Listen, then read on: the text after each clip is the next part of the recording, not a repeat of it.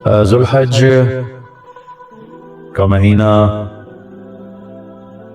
ہمارے مبارک مہینوں میں سے ایک مہینہ ہے جس میں اللہ تعالیٰ نے حج اور قربانی یہ دو بڑے عمل اس میں جمع فرمائے ہیں۔ پوری دنیا سے حجاج کرام اس مہینے میں حج بھی کرتے ہیں اور پھر منی میں آ کر قربانی کرتے ہیں، اور اللہ تبارک و تعالیٰ نے ان ایام کی قسم اٹھائی ہے، والفجر ولیال عشر والشفع والوتر واللیل اذا یسر هل فی ذلک قسم لذی حجر۔ اور کسی دن کی قسم اللہ نے ایسے نہیں اٹھائی، خاص کر اللہ کو عید کے دن کی قسم اٹھائے یا جمعے کی قسم اٹھائے یا لیلۃ القدر کی قسم اٹھائے، انا انزلناہ فی لیلۃ القدر وما ادراک ما لیلۃ القدر، یہ گفتگو فرمائی، خبر دی۔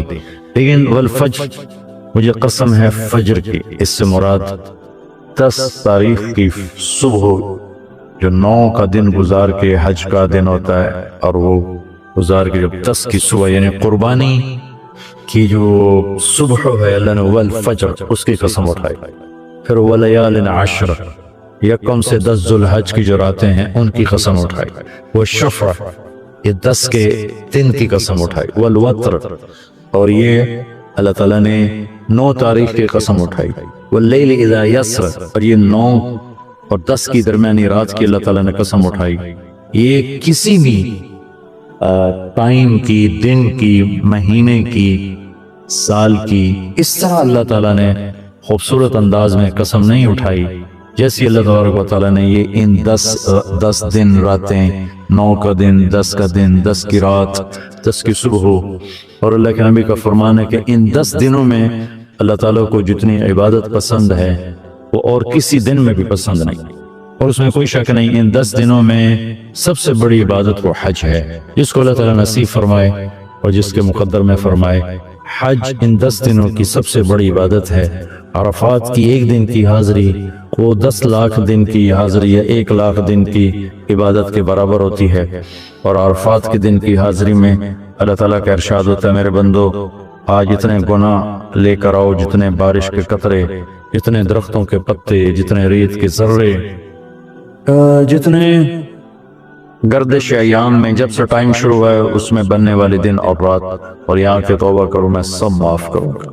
اور عرفات کے دن جتنا شیطان ذلیل ہوتا ہے اتنا کسی دن بھی ذلیل نہیں ہوتا، اور میرے محبوب صلی اللہ علیہ وسلم نے یہ دن حج کا، عرفہ کا زور اثر کٹھی پڑھ کے پھر سارا دن شام تک کوئی 5-6 گھنٹے مسلسل دعا مانگی، اور آپ نے فرمایا اس وقت میرا اللہ میرے صحابہ پہ فخر فرما رہا ہے، اور قربان جاؤں خطاب کے بیٹے پر، فرمایا اور عمر بن خطاب پہ اس وقت میرا اللہ خاص طور پہ خوش ہو رہا ہے، اور خاص طور پہ عمر بن خطاب پہ اللہ تعالیٰ فخر فرما رہا ہے۔ تو ان 10 دنوں میں جسے اللہ حج میسر فرما دے تو اس سے بڑی عبادت کوئی نہیں۔ حج میسر نہیں ہے تو پھر ان 10 دنوں میں نومی کا روزہ رکھنا، ان 10 دنوں میں روزے رکھنا، اس میں نوافل کی کثرت، صدقے کی کثرت، پھر قربانی، یہ سارے اعمال ان 10 دنوں میں انتہائی محبوب ہیں، جنہیں اللہ سعادت دے دے حج کی بار بار جائیں۔ تابعوا بین الحج والعمرہ، حج عمرہ آگے پیچھے کرو، آگے پیچھے کرو۔ ایک بہت بڑا طبقہ ہے جو یہ کہتا ہے کہ ایک دفعہ فرض ہے اس کے بعد کوئی ضروری نہیں۔ میں کب کہتا ہوں کہ ضروری ہے؟ ضروری نہیں ہے، لیکن ضروری کا مطلب فرض نہیں ہے، لیکن اللہ اس کے رسول کو پسند ہے کہ اس کے گھر بار بار آیا جائے، بار بار حاضری دی جائے۔ اللہ کے نبی کو تو آخر عمر میں جا کے موقع ملا، اس کے بعد آپ دنیا سے تشریف لے گئے۔ اگر آپ اس کے بعد زندہ رہتے تو یقیناً آپ ضرور حج کرتے، چونکہ آپ نے جتنے سال مکہ میں گزارے آپ نے ہر سال حج کی، نبوت کے اعلان سے پہلے بھی اور نبوت کے اعلان کے بعد بھی آپ نے مسلسل حج کی، اور 4 عمرے آپ نے فرمائے زندگی میں، 4 عمر، ایک عمرہ مدینہ سے خاص طور پر تشریف لائے جس کو ہم صلح حدیبیہ کہتے ہیں، وہ ہو نہیں سکا لیکن آپ نے وہیں عمرے کا کام پورا کیا، سر مڑائے، احرام کھولے، پھر اگلے سال آپ اس کی قضاء کے لیے تشریف لائے، پھر ایک عمرہ آپ نے فتح مکہ کے بعد جعرانہ سے احرام باندھ کے تشریف لائے اور عمرہ کیا، اور ایک عمرہ آپ نے اپنے حج کے ساتھ کیا۔ صدیقی دور میں پہلا سال جنگوں میں گزر گیا، دوسرے سال صدیق اکبر اپنے پورے ساتھیوں کے ساتھ حج پہ تشریف لائے. فاروقی دور میں عمر بن خطاب رضی اللہ تعالیٰ 10 سال حکومت کی، 10 سال حج کیا، ہر سال حج پہ تشریف لائے. عثمان رضی اللہ تعالیٰ عنہ نے اپنی خلافت کے دور میں جب تک امن رہا ہر سال حج کرتے رہے. جب فساد شروع ہوا تو آپ رکے، اس میں شہید ہو گئے. علی رضی اللہ تعالیٰ عنہ کو موقع نہیں ملا، جنگوں میں زندگی گزر گئی اور اسی میں آپ اللہ پاک کی بارگاہ میں پہنچ گئے. تو لیکن باقی 3 ساتھیوں کی خلافت کے دور میں آپ نے بکثرت حج اور عمرے کیے. تو دین کے کسی عمل کو یوں کہہ کر ہلکا نہیں بنانا چاہیے کہ اس کی کیا ضرورت ہے، اتنا پیسہ خرچ کرتے ہیں، اس کی کیا ضرورت ہے، کسی غریب کو دے دیا جائے. یہ اس طرح تخبر نہیں کرنا چاہیے کہ اللہ کے گھر کی حاضری کو اتنا ہلکا نہیں سمجھنا چاہیے. میرا اللہ بلائے تو بار بار جانا چاہیے، اور جس کو اللہ توفیق دے عمرے پہ جائے، حج پہ جائے. ہاں غریبوں پر بھی خرچ کرے، اپنے رشتہ داروں پر خرچ کرے، ضرورت مندوں پر خرچ کرے، لیکن اللہ کے فضل سے امید ہے جو اس طرح اللہ کے گھر جانے پر خرچ کرتے ہیں تو اپنے اللہ کے فضل سے غریبوں پر بھی خرچ کرتے ہیں. اس کو آپس میں یوں اس کا مقابلہ نہیں کرنا چاہیے، یہ چیز اللہ کو پسند نہیں ہے.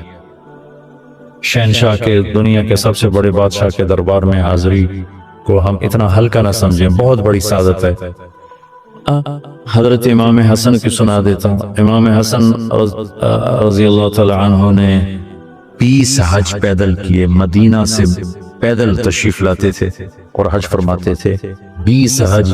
یہ تو اہل بیت کیا جگر گوشہ رسول ہیں اور جگر اہل بیت ہیں، تو 20 حج فرمایا آپ نے، پیدل فرمایا، مدینہ سے تشریف لائے مکہ پیدل. ایسے امام حسین رضی اللہ عنہ نے کئی حج پیدل، مجھے ان کا عدد یاد نہیں، امام حسن کا مجھے یاد ہے 20 حج پیدل کے. اور اللہ کے نیک بندوں نے برس ہا برس اللہ کی بارگاہ میں پیدل حاضریاں دی ہیں. تو ان 10 دنوں میں عبادت کا ذوق بڑھنا چاہیے، نوافل بڑھائے جائیں، ذکر بڑھائے جائے، تلاوت بڑھائی جائے، ہمت ہو تو روزے رکھے جائیں. خاص طور پہ 9 تاریخ کا روزہ پچھلے سال کے سارے گناہ معاف ہو جاتے ہیں، یہ ایک دن کا جو روزہ ہے.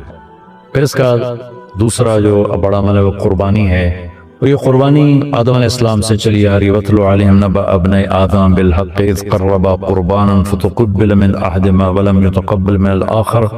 اس قربانی کی بنیاد تو آدم علیہ السلام سے پڑی ہے، لیکن ہمیں جو حکم ملا وہ سنت ابیکم ابراہیم، وہ ابراہیم علیہ السلام کی سنت ہے قربانی. یہ بہت خوبصورت قصہ ہے اور بہت عجیب و غریب قصہ ہے کہ اللہ پر سب کچھ لگا دینا. ایک شخص کو اولاد کے لیے دعا مانگتے مانگتے مانگتے کچھ 60 برس گزر گئے، 65 برس گزر گئے. رب ہب لی من الصالحین، یا اللہ مجھے نیک اولاد دے دے، نیک اولاد دے دے. نیک اولاد میری 84 سال کی عمر، اللہ نے 84 سال کی عمر میں بیٹا دی. بڑھاپے کی اولاد تو دل پکڑ لیتے. اور ابھی چند دن نہیں گزرے تھے کہ اللہ نے کہا جاؤ اسے چھوڑ کے آؤ. یہ کہاں چھوڑ کے آؤں؟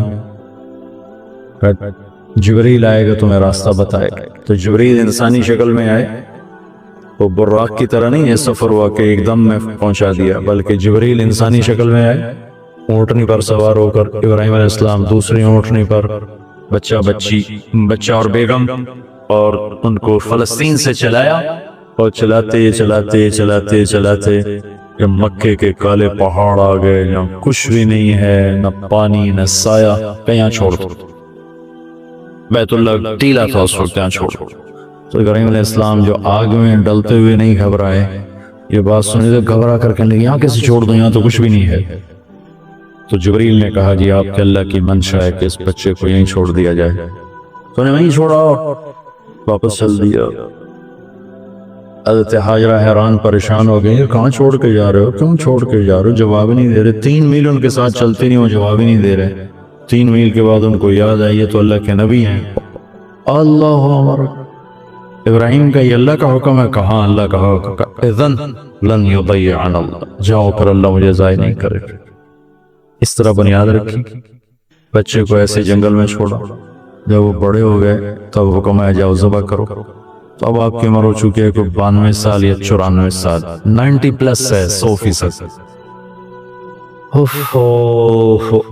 فلسطین سے چلے مکہ جا رہے ہیں. کیا کرنے جا رہے ہیں؟ بچہ ذبح کرنے جا رہے ہیں. کوئی مرغی اور بکرا ذبح کرنے نہیں جا رہے ہیں.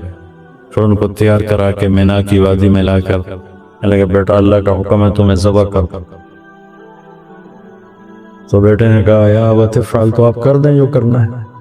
ابراہیم علیہ السلام کہنے لگے تو یہ خبر بھی ہے میں کیا کہہ رہا ہوں. کہا جی مجھے پتہ ہے، آپ کہہ رہے ہیں مجھے ذبح ہونا ہے تو آپ کے بدلے میں مجھے اللہ ملے گا، وہ آپ سے بہتر ہے، اور دنیا کے بدلے میں جنت ملے گی، وہ دنیا سے بہتر ہے.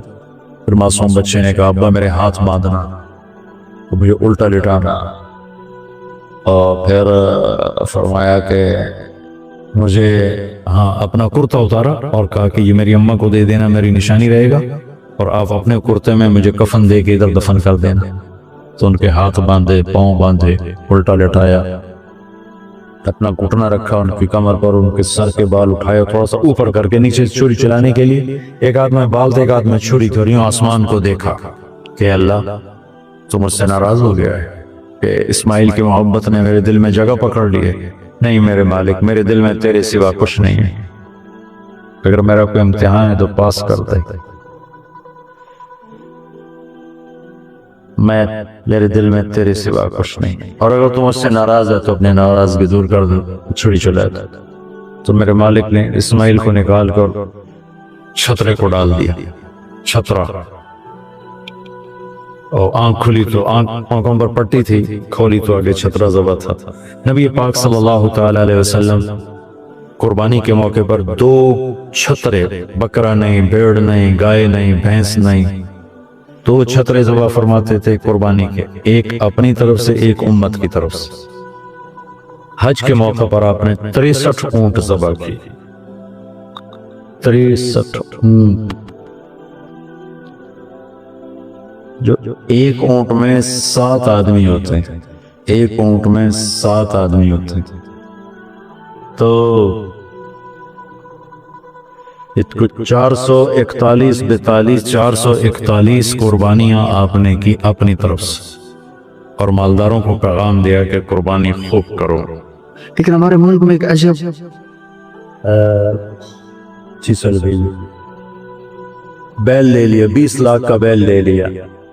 یہ صرف فخر ہے، ریا ہے، اور بناوٹ ہے، دکھاوا ہے. آپ 20 لاکھ کے بکرے خریدیں تاکہ غریبوں کو گوشت پہنچے. 20 لاکھ کا ایک بیل لے کے آپ نے کون سا سمجھداری کا، عقل مندی کا کام کیا. وہ کراچی مجھے لے گئے منڈی میں، تو 5-5 لاکھ کے بکرے کھڑے ہوئے تھے. میں تو حیران پریشان ہو گئے، بکرے کی قیمت 5 لاکھ. تو وہ جو مالدار لوگ ہیں ان میں ایک مقابلہ بن گیا ہے اور ایک فخر بن گیا، جی میں 20 لاکھ دا ذبح کیتا، میں 10 لاکھ دا ذبح کیتا. ہم نے تو بھائی 50 لاکھ کا ذبح کر دیا. میں آپ سب بھائیوں کی منت کرتا ہوں، اللہ نے آپ کو رزق دیا ہے تو آپ بیوقوف نہ بنیں، آپ اس کو صحیح خرچ کریں. آپ 20 لاکھ کے جانور خریدیں، 20 لاکھ کے آپ بکرے لے لیں، 20 لاکھ کے آپ عام درجے کی گائے لے لیں، آپ بھیڑے لے لیں، آپ اونٹ لے لیں، بیل لے لیں، 20 لاکھ کے بیل لے لیں، تو کتنی بڑی قربانی ہوگی اور کتنے غریبوں تک وہ کھانا جائے گا. 20 لاکھ کا ایک بیل لے کر آپ نے کیا کمایا؟ کون سی نیکی کمائی آپ؟ تو میں آپ اگر کوئی میری بات پہنچ جاتی ہے کسی ایسے میرے بھائی تک جو ایسا شوقین ہے، یقیناً اس نے اللہ کے لیے بہت بڑا قدم اٹھایا کہ 20 لاکھ خرچ کر دیے، لیکن تھوڑی سی نادانی سے کام لیا ہے، بلکہ بہت بڑی نادانی سے کام لیا ہے کہ 20 لاکھ ضرب 4-5 من 10 من گوشت پہ لگا دیے، جبکہ اس میں سے 1000 من گوشت نکل سکتا تھا اگر وہ 20 لاکھ کے بکرے لے لیتے، 20 لاکھ کے بھیڑے لے لیتے، چھترے لے لیتے، دمبے لے لیتے، 20 لاکھ کے گائے عام خرید لیتے اور بچڑے لے لیتے، تو کتنے غریبوں تک یہ گوشت چلا جاتا. تو یہ میرے ملک میں یا خاص طور پر شہروں میں، کراچی میں تو پاگل ہوئے پڑے ہیں لوگ. جو کراچی منڈیوں نے دکھائی تو میں حیران پریشان ہو گیا کہ یہ کیا حماقت ہے، نادانی. اور پھر ان بیلوں کو وہ پستے کھلا رہے، بادام کھلا رہے، مکھن کھلا رہے، دودھ پلا رہے. وہ بیچارہ بیل بھی تھک موٹا ہو، بیچارہ تھک کے کھڑا ہوتا ہے. میں نے جلدی فارغ کرو، ذبح کرو، اس کی جان پسی ہوتی ہے. تو میں مالدار بھائیوں سے عرض کرتا ہوں کہ ایسی نادانی کے کام نہ کریں. اس قربانی کو اس طرح کریں کہ غریبوں کے لیے یہ دن اللہ نے رکھا ہے تو اس طرح کریں کہ غریبوں کو نفع پہنچے. یہ اس نادانی سے توبہ کریں کہ ایک بیل 10 لاکھ کا لے لیا، ایک بکرا 5 لاکھ کا لے لیا، اس میں کتنا پیسہ آپ نے ایک تھوڑے سے بہت تھوڑا نفع کمایا، بہت زیادہ خرچ کیا، اس کے ساتھ اب بہت بڑا نفع، چونکہ قربانی کے جانور جب ذبح ہوتے ہیں تو جتنے اس کے جانور کے جسم پہ بال ہوتے ہیں اتنی نیکیاں لکھی جاتی ہیں۔ 20,000 کا بکرا اچھا مل جاتا ہے تو 1,00,000 میں 5 بکرے آ جاتے ہیں، اور 5,00,000 میں 25 بکرے آ جاتے ہیں۔ ایک بکرا 5,00,000 کا لیا، اس کے جسم پہ فرض کرو 1,00,000 بال ہیں اور آپ نے 25 لیے تو 25,00,000 آپ کی نیکیاں بڑھ گئیں۔ تو یہ بہت نادان طرز چل رہا ہے۔ میں آپ سب کی محنت کرتا ہوں کہ اس طرح پیسہ ضائع نہ فرمائے، اللہ کی دی ہوئی امانت ہے۔ ایک بیل آپ نے 20,00,000 کا لے لیا، 20,00,000 میں تو 100 بکرے آ سکتے، 100 بکروں کے ذریعے سے کتنے لوگوں کی خدمت کی جا سکتی ہے۔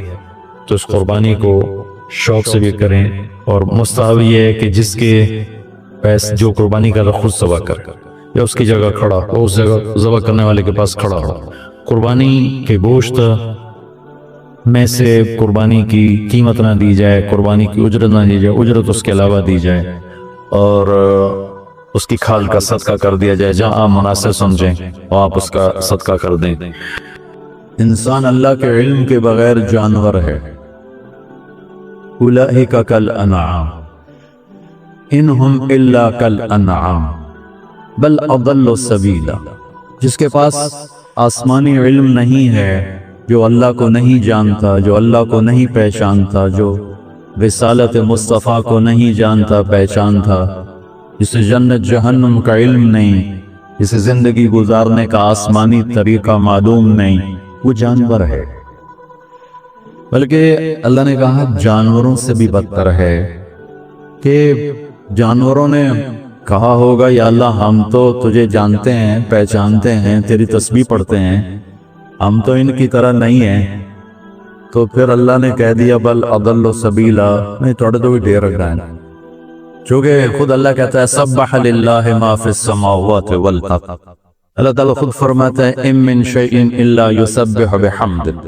اللہ تعالیٰ خود فرماتا ہے کل قد علم صلاته وتسبیحہ۔ اللہ تعالیٰ خود فرماتا ہے یسبح له ما فی السماوات والارض وهو العزیز الحکیم۔ تو کل کائنات اس کو جانتی ہے، پہچانتی ہے۔ سبح للہ ما فی السماوات والارض وهو العزیز۔ ایک بات یاد آگے کر بولے، قرآن کا حسن سبحان مصدر سے فعل بنتے ہیں سارے، اور آگے سارے مشتقات۔ تو اللہ نے 15ویں پارے میں سبحان کو لائے، مصدر سبحان الذی اسرا بعبدہ لیلا من المسجد الحرام الى المسجد الاقصی۔ مصدر کے بعد فعل ماضی ہوتا ہے۔ تھوڑی صرف مجھے بھی تک یاد ہے، ویسے میں نے اپنا نصاب حفظ کیا ہوا تھا، میں نصاب کا حافظ تھا جب تک بیمار ہوا تو پھر تجھے نہ تکرار کر دے نہ مطالعہ کر دے، موجہ نال پڑھ دے، تو میں تو حفظ کرتا تھا، منطق جیسی فضول کو بھی یاد کیا۔ تو مصدر کے بعد فعل ماضی ہے، تو اس کے بعد اللہ لائے سبح للہ ما فی السماوات والارض وهو العزیز الحکیم۔ ماضی کے بعد مضارع ہے، تو اس کے بعد صورت آئی یسبح للہ ما فی السماوات وما فی الارض الملک القدوس العزیز الحکیم۔ مضارع کے بعد امر ہے، تو اللہ آخر میں لائے سبح اسم ربک الاعلی الذی خلق فسوی۔ سبحان سبح یسبح سبح اسم ربک الاعلی الذی خلق فسوی والذی قدر فہدی والذی اخرج المرعی۔ تو کل کائنات انسان کے سوا مکمل علم رکھتی ہے، اللہ کو جانتے ہیں، پہچانتے ہیں۔ سبح للہ ما فی السماوات والارض وهو العزیز الحکیم۔ کیسا ہے وہ؟ لہو ملک السماوات والارض، زمین آسمان کا بادشاہ ہے۔ سب سے پہلا علم ہی اللہ کو پہچاننا ہے۔ فَاعْلَمْ أَنَّهُ لَا إِلَهَ إِلَّا اللَّهُ۔ سب سے پہلا علم اللہ کی پہچان ہے، اللہ کی پہچان ہے، اللہ کی پہچان ہے، اللہ کو جاننا ہے۔ سارے علوم اسی سے نکلتے ہیں، وہی سارے علوم کا منبع ہے۔ اگر اس کو نہیں پہچانا تو کوئی علم نہیں ہے. اگر اس کو لفظوں میں پہچانا اور عقلی طور پر پہچانا تو کوئی روحانیت نہیں ہے, کوئی پہچان کا مزہ نہیں ہے. جو اہل اللہ جو ابھی حضرت فرما رہے تھے, ہماری تقریریں من کروا دی, تو وہ تار جوڑنے کے لیے تھی کہ جب تک تار نہیں جڑے گا تو اگر میرے جیسا کیل کال والا ہوگا وہ گہرائی کہاں سے آئے گی. وہ اپنی انگیٹھیاں سرد ہوں تو اوروں کی کہاں وہ گرمائے گا, خود ہی وہ ٹھنڈا ہو تو کسی اور کو کیا گرمائے گا. تو پہلا علم ہے صرف سے پہلے, نحو سے پہلے, منطق سے پہلے, فقہ سے پہلے. ہمارا تو علم شروع ہوتا ضربا ضربا, ماری جاؤ تے کٹی جاؤ, ضربا ضربا, ضربو, ضربت, ضربتا, ضربنا, ضربتا, ضربتما, ضربتم, ضربکن. جو 14 دفعہ کہے گا ضربا ضربا تو مارے گا نہیں تو کی کرے گا. ابھی حضرت فرما رہے تھے الراحمون یرحمہم الرحمن. شکر ہے فرمایا کہ میں پہلی حدیث تو میں یہ پڑھا رہا ہوں اور تم شروع کرتے ہو ضربا ضربا, ضربو, ضربت. آخر دماغ پہ اثر ہوتا ہے کہ نہیں ہوتا؟ اور آدمی پاگل ہوتا ہے صرف میں تو 100 دن تک لگے رہو لگے رہو لگے رہو. گردان بھی یا زور بزور با زوربو, یا ضربا ضربا ضربو, یا ما ضربا لم یضرب لا یضرب لن یضرب. ہر طرف سے کوئی اور لفظ ہی نہیں ملا. وہ کوئی اچھا خوبصورت صیغہ ہوتا کہ بھی سننے والے کے دماغ پہ اثر پڑتا. مجھ سے ایک دفعہ ایک تاجر نے کہا مولانا یہ مدرسوں کے طالب علم زیادہ غصے والے ہوتے ہیں کالج کے لڑکوں سے. میں نے ان کا پہلا سبق یہ ہوتا ہے ماری جاؤ کٹی جاؤ, ضربا ضربا, ضربو, ضربت, ضربتا, ضربنا, ضربت, ضربتما, ضربتم, ضربتی, ضربتما, ضربتن, ضربت, ضربنا. تو وہ غصے میں نہیں آئیں گے تو اور کیا کریں گے؟ ان کو سمحا سمحا سمحا سمحا سمحو سمحا, معاف کرنا, درگزر کرنا یہ سکھایا جاتا. تو لا شعور پہ جا کے وہ ضرب لگاتا ہے. الفاظ جادو کوئی پتھر ہوتا ہے, وہ تیر ہوتا ہے, وہ توپ ہوتی ہے. الفاظ ہوتے ہیں, کہاں ایک آدمی بیٹھ کے پڑھتا ہے اور کہاں دوسرا جا کے زمین پہ گرتا ہے. الفاظ میں تاثیر ہے, الفاظ میں طاقت ہے. اور جو نقطے والے حروف ہیں ان میں طاقت تھوڑی ہے, جو بغیر نقطے والے حروف ہیں ان میں طاقت زیادہ ہے. جو مہملہ ہیں وہ قوی ہیں, جو معجمہ ہیں وہ ضعیف ہیں ان کی نسبت. ویسے تو لفظ میں طاقت ہے, حرف میں طاقت ہے. تو اس کی ایک وجہ بہت سی, ابن المنظور نے یہ مضمون بیان کیا ہے کہ جو نقطے والے حروف اپنا مطلب بتانے کے لیے نقطے کے محتاج ہوتے ہیں. یہ ایک آپ کو وجہ بتا رہا ہوں, بہت سی وجوہات. اور جو بغیر نقطے والے ہیں وہ اپنا مطلب بتانے کے لیے کسی شے کے محتاج نہیں ہوتے. جب میرے رب نے اپنا نام بنایا تو اللہ نقطہ ہے کوئی نہیں, ٹھیک. اور جب اپنے حبیب کا نام چنا تو محمد, کوئی نقطہ ہے. دوسرا نام چنا تو احمد, کوئی نقطہ ہے کوئی. لفظ اللہ کوئی نقطہ نہیں, لفظ محمد کوئی نقطہ نہیں, لفظ احمد کوئی نقطہ نہیں. لفظ اللہ 4 حرف ہیں, لفظ محمد 4 حرف ہیں, لفظ احمد 4 حرف ہیں. 4 جمع 4 جمع 4 کتنے ہو گئے؟ 12. جب اللہ نے توحید و رسالت کو کلمے میں جوڑا لا الہ الا اللہ محمد رسول اللہ, تو لا الہ الا اللہ بھی 12 حرف ہیں اور محمد رسول اللہ بھی 12 حرف ہیں. میں نے کئی دفعہ گن کے حساب لگا کے آپ کو بتا رہا ہوں, لہذا امید ہے آپ بھی حساب لگا لیں. ویسے میری ریاضی کمزور ہے. اور معذرت کے ساتھ اہل علم سے ہم خدا بولتے ہیں, اللہ بولتے ہی. ہماری زبانوں پر خدا چڑھ گئے. اللہ کی ایک صفت کا نام ہے, اللہ کی ایک صفت کا نام خدا, جسے کسی نے نہ بنایا ہے, لیکن اس میں تو وہ نور نہیں ہے جو لفظ اللہ میں ہے. لفظ اللہ کی خصوصیت ہے, کسی لفظ کا حرف نکالو مطلب بدل جائے گا. کسی خدا کا خا نکال دو پیچھے خا رہ جائے گا. وہ خا تو پٹھانوں میں خا خا خا خا خا خا, ہمارے ہاں تو کوئی خا خا نہیں, ٹھیک. اور یہ دال نکال دو, اس کا دال نکال دو تو خا خا خا خا خا, اور اگر خا ہٹا دو تو دا دا دا, وہ بھی پٹھانوں والی دادے دادے دادا. اور جب میں ریمنڈ جاتا ہوں تو وہ مجھے دیکھنے کے لیے پٹھان نہ دادے دادے دادے دادے, بھئی وہ جا رہا وہ جا رہا وہ جا رہا. اب خدا کی خا ہٹاؤ تو دا دا دا دا, یہ کیا چیز ہے؟ اور دال ہٹاؤ تو خا خا خا خا, یہ کیا چیز؟ ٹھیک. طارق جمیل کی تا ہٹا دو تو ارق بے قرار. رات موجود رہے تو رات کو آنے والا, میں آیا بھی رات میں ہوں, ٹھیک. اس کا الف ہٹا دو تو ترک زمین پہ پاؤں مارنا یا دروازہ کھٹکھٹانا. جمیل خوبصورت، جیم ہٹا دو میل بنا دو میل بنا دو، یا ہٹا دو جمل بنا دو جمل بنا دو، میم ہٹا دو جیل بنا دو جیل بنا دو. میں نے اپنے نام کا پورا آپریشن کر کے آپ کو دکھا دیا.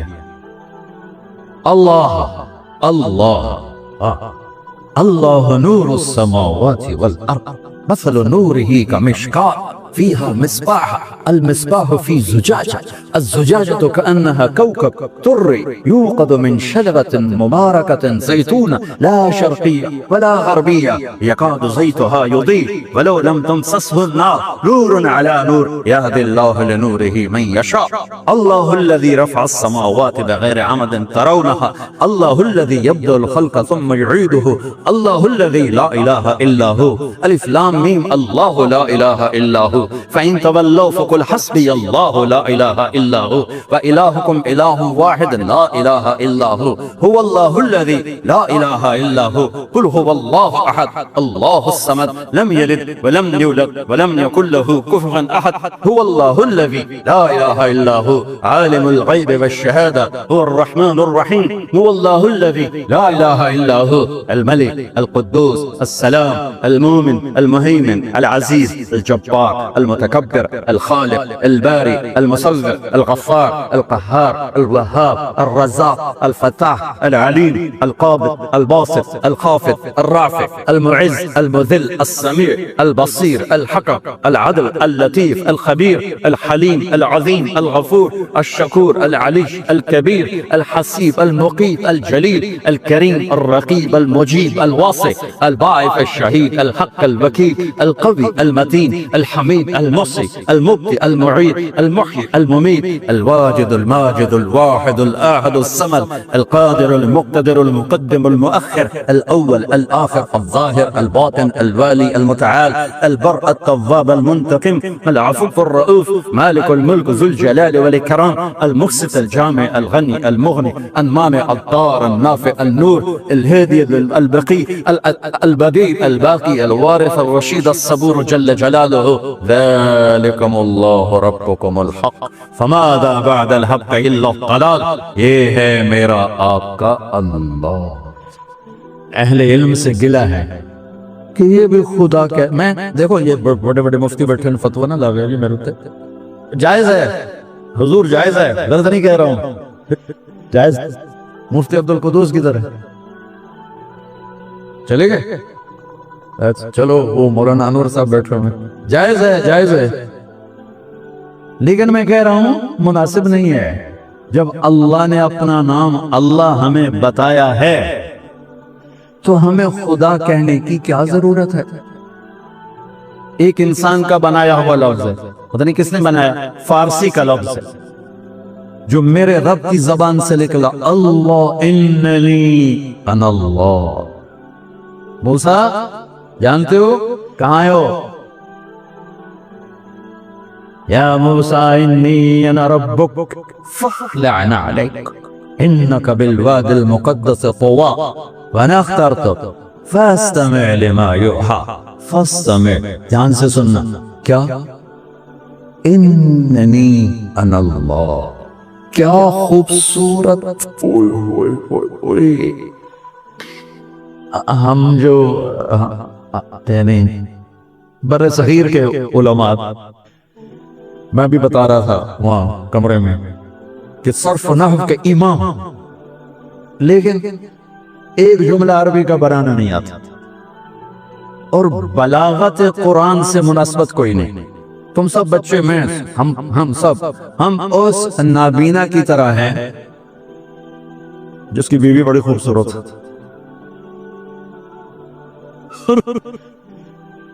اس کو پتہ ہی نہیں کہ میری بیوی کا حسن کیا ہے.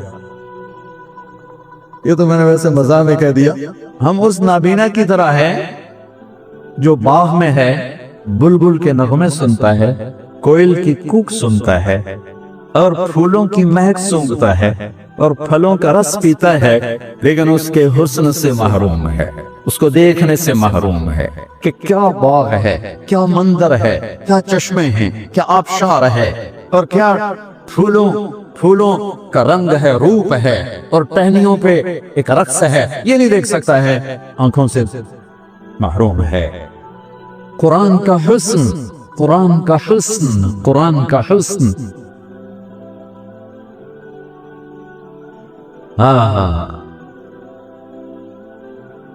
ابو عبید تلاوت فرما رہے تھے، فَاصْدَعْ بِمَا تُؤْمَرُ وَأَعْرِضْ عَنِ الْمُشْرِكِينَ إِنَّا كَفَيْنَاكَ الْمُسْتَهْزِئِينَ۔ ایک بدو گزر رہا تھا اونٹ پہ، اونٹ پہ، اس کے کان میں الفاظ پڑے، اونٹ سے نیچے گر گیا اور سجدے میں چلے گئے۔ تو ابو عبید کہنے لگے کس کو سجدہ کر رہا ہے؟ کہا یہ جو تو نے کلام پڑھا ہے اس کو سجدہ کر رہا ہوں، یہ کسی انسان کا کلام نہیں ہے، یہ کوئی آسمانی کلام ہے، انسانی کلام نہیں ہے۔ تو اللہ کہہ رہا ہے موسیٰ تمہیں پتا کون ہوں میں؟ اننی انا اللہ لا الہ الا انا فاعبدنی واقم الصلاۃ لذکری۔ کیا کلمے اور نماز کو کیا جوڑا ہے، ایک اپنا ایسا خوبصورت تعارف کروایا ہے، کمال کر دیا، اور پھر اس کے ساتھ نماز کو جوڑا ہے لذکر، اقم الصلاۃ لذکری۔ موسیٰ نماز پڑھو تو میں یاد آؤں، میری یاد والی نماز پڑھنی ہے موسیٰ، ایسی نماز پڑھ کے میں یاد آؤں۔ ایک ایک جمعے اور آپ نماز پڑھتے ہیں، فرض ادا ہو گیا، لذکری، اللہ اکبر کہے، اور جب تم میرے پاس ہوتے ہو گویا کوئی دوسرا نہیں ہو۔ لفظ اللہ 4 حرف ہیں، الف ہٹا دو تو کوئی اونچ نیچ ہونی چاہیے نہیں، للہ ما فی السماوات و ما فی الارض۔ اگلا لام ہٹا دو تو کافی مطلب بدل جانا چاہیے نہیں، لہو ما فی السماوات و ما فی الارض۔ آخری لام ہٹا دو تو پھر مطلب بدلنا چاہیے نہیں، وہو الذی فی السماء الہ وفی الارض الہ۔ سارے حرف ہٹا دو، ہاں کی پیش کو باقی رکھو تو مطلب بالکل ہی غلط ہو جانا چاہیے نہیں، هو اللہ الذی لا الہ الا ہو، الا اللہ لا الہ الا ہو، هو اللہ الذی لا الہ الا ہو۔ میرے بچوں، میرے عزیزوں، میرے بھائیوں، ہم اللہ کو عقلی طور پہ جانتے ہیں، عقلی طور پہ جانتے ہیں، ہم اللہ کو دل کی دھڑکنوں سے نہیں جانتے، جذبات کی دنیا ویران ہے۔ فرمایا تھا سلطان باہو رحمت اللہ علیہ نے، عاشقوں میں عشق کماویں دل رکھیں وانگ پہاڑاں ہو، سہ بدیاں ہزار علامیں کر جانے باغ بہاراں ہو، منصور جائے چک سولی دیتے جڑے واقف خود اسراراں ہو، سجدیں سر چین باہو توڑے کافر کہن ہزاراں ہو، عاشق سوئی حقیقی جڑا قتل معشوق دے مننے، سر نو جوڑے تے مکھ نہ موڑے، ہمیں 100 تلواراں کھنے، سچا عشق حسین علی دباہو، سر دیتے تے راز نہ پننے۔ ہم جو ہے نا، ہماری جو مدرسے کی زبان ہے نا، وہ اصطلاحی ہے، وہ عشق کی زبان نہیں ہے، محبت کی زبان نہیں ہے، وہ اور دل کم وقت ایسا ہے کہ یہ صرف نغمہ عشق جانتا ہے اور کچھ جانتا ہی نہیں ہے۔ اسی کو خواجہ غلام فرید نے یوں فرمایا، سکھری تروش منصوری نو ہن ٹھپ رکھ کنز کدوری نو، سکھری تروش منصوری نو، منصور حلاج، ہن ٹھپ رکھ کنز کدوری نو، ہادی نہ سمجھ ہدایہ کافی نہ سمجھ کفایہ، کافیہ وزن شعر کی وجہ سے اس کو بدلا ہے، ہادی نہ سمجھ ہدایہ کافی نہ سمجھ کفایہ، ایو دل قرآن کتاب ہے، ایو دل قرآن کتاب ہے۔ میرے عزیزو، پہلا علم ہے اللہ کو جان، اللہ کو جان، اللہ کو پہچان، کہ یہ سب سے بڑا علم ہے کہ اس ساری کائنات کا ایک شہنشاہ ہے، ایک مالک ہے، ایک بادشاہ ہے، آسمان بھی اللہ کے اور دھرتی بھی اللہ کی، مشرق اور مغرب پہ اللہ کا راج ہے، شمال و جنوب پہ اللہ کا راج ہے، میرے دل کی دھڑکنوں پہ میرے اللہ کا قبضہ ہے، میری آنکھوں کی شعاع پر میرے اللہ کا قبضہ ہے، میرے ہاتھ کی حرکت پر میرے اللہ کا قبضہ ہے، میری رگوں میں دوڑنے والے خون کے قطرے قطرے پر میرے اللہ کا قبضہ ہے، ہوا کے ہر جھونکے پہ اللہ کی بادشاہی ہے، بارش کے ہر قطرے پر اللہ کی بادشاہی ہے، بادل کے ہر ٹکڑے پر اللہ کی بادشاہی ہے، چوپاؤں دوڑنے والے، اچھلنے والے، چھلانگی لگانے والے، تیرنے والے، نسنے والے، دھاڑنے والے، پھاڑنے والے، اڑنے والے، چھپنے والے، دن میں رات میں، ہر مخلوق میرے اللہ کی مہر ہے، میرے اللہ کی بادشاہی ہے، میرے اللہ کا قبضہ ہے۔ الارض جميعا قبضته يوم القيامة والسماوات مطويات بيمينه سبحانه وتعالى عما يشركون۔ اللہ لا الہ الا ہو، کوئی ہے اس جیسا؟ کیسا ہے الحی، کیسا ہے القیوم، کیسا ہے لا تاخذہ سنہ، کیسا ہے ولا نوم، نہ سوئے نہ اونگے، قائم ہمیشہ، دائم ہمیشہ، زندہ ہمیشہ۔ بادشاہی کیسی ہے؟ لہو ما فی السماوات و ما فی الارض، علم کیسا ہے؟ حیبت کیسی ہے؟ من ذا الذی یشفع عنده الا باذنہ، علم کیسا ہے؟ یعلم ما بین ایدیہم وما خلفہم ولا یحیطون بشیء من علمہ الا بما شاء۔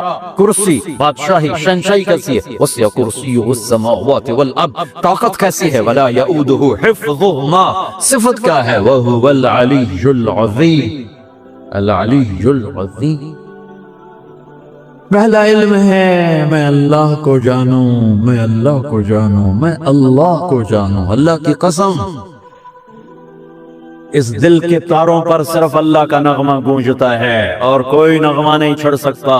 یہ دل اسی کا آشنا ہے اور کسی کا آشنا نہیں ہے۔